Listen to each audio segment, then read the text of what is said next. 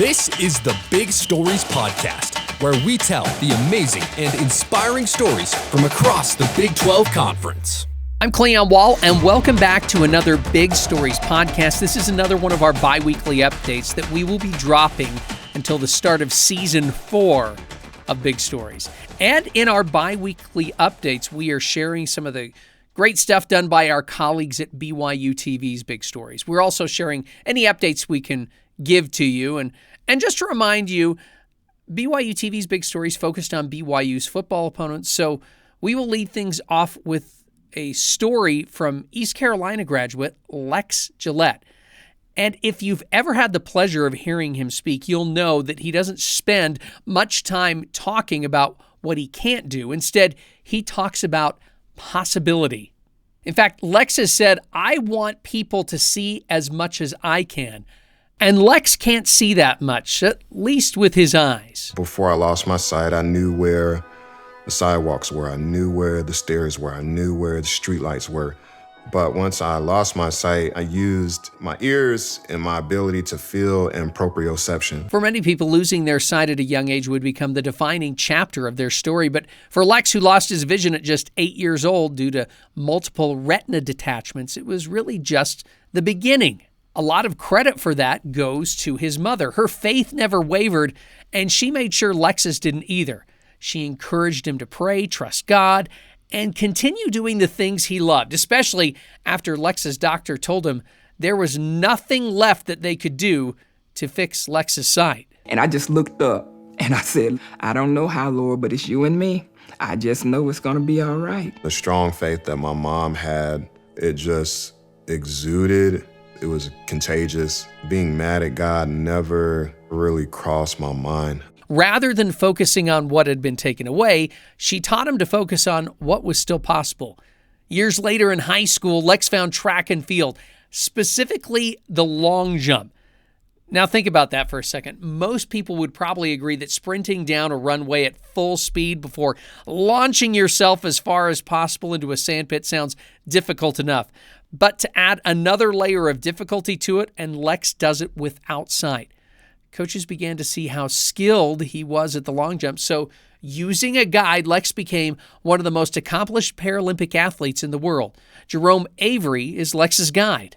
You don't need sight to have a vision. That's his motto, and that's something that I've learned being around Lex. Along the way, Lex has earned multiple world titles and Paralympic medals in the men's long jump.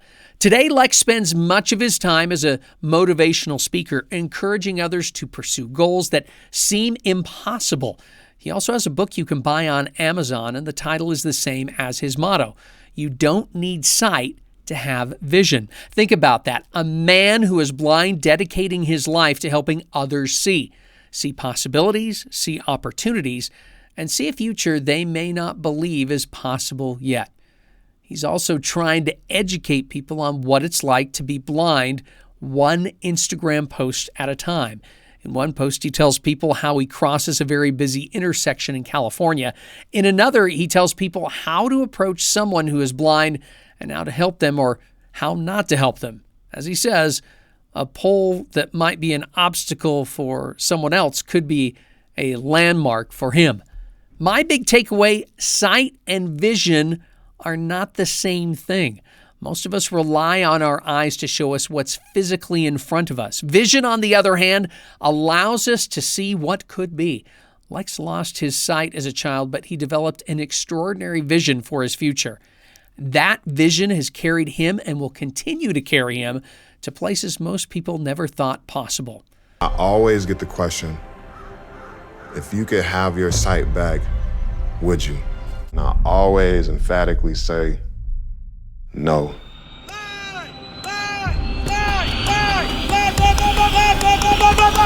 For those of you listening to the podcast, that's how Lex's guide guides him to the sandpit for the long jump. Which means you should check out Lex's entire BYUtv Big Stories episode by going to BYUSN.com.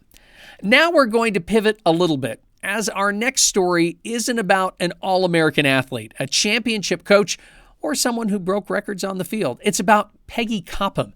Now, if you've ever been to a University of Colorado football game or are even slightly familiar with CU football, there's a chance you already know who Peggy is. In fact, she might be just as recognizable around Boulder as some of the athletes themselves.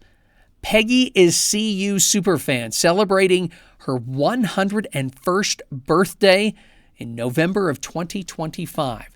For years, Peggy attended games alongside her identical twin sister, Betty. The two became known throughout Colorado as the CU Twins. If there was a Colorado event happening, chances are Peggy and Betty were there. Together, they became a symbol of love, faith, devotion, and loyalty in the CU community. When Betty passed away in 2020, it was understandably difficult for Peggy, but the principles that had guided the sisters throughout their lives continued to sustain her. My family, my faith have helped me through the hard times, and it helped me get along without my sister.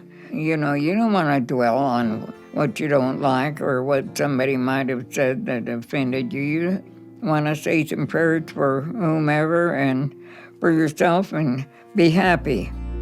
Peggy's resilience and devotion eventually caught the attention of Colorado head football coach Deion Sanders in 2022. The friendship between Coach Prime and Peggy became one of the most heartwarming stories in college football.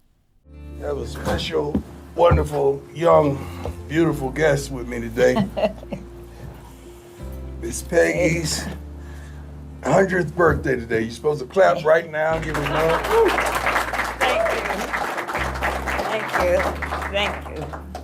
It's amazing that God would find two people from two different walks of life, two different generations, and bring them together as He has. She's always greeted me with love, compassion, support, stability, and hope. And I'm thankful to know her. I'm thankful that she can get to me anytime she desires to. She is the epitome of CU Buffs. She's the epitome of Buff Nation. She is the rock that holds us all together, and I'm thankful to know her. Suddenly, this lifelong fan was appearing in national interviews, kicking off spring games, and becoming one of the faces of Colorado athletics. But here's what I love the most about Peggy's story. None of the attention is why she showed up. Peggy was there before the cameras and when nobody knew her name. She showed up when the Buffaloes were winning, when they were losing, and after she lost her sister. Over time, people have begun to realize that Peggy represents something bigger than Colorado athletics. She represents kindness, positivity, and faith. What I hope people remember most about Grandma is that the spirit she carried through life is the reason that she received all the attention she's gotten. I think what she put out to the world is ultimately what she got back, and that was faith and hope and love. What's my big takeaway? The most meaningful legacy we leave is through the way we treat people. The attention eventually found Peggy, but that was never the goal. The goal was simply to love people, support her team, and live with gratitude. And she showed up. And if people remember Peggy the way her grandson hopes they will, then that's a legacy worth celebrating. Thanks for listening and watching the Big Stories podcast from BYU Radio. We will be back in 2 weeks with some stories from West Virginia and Arizona. I'm your host, Cleon Wallen. Big Stories is a production of BYU Radio.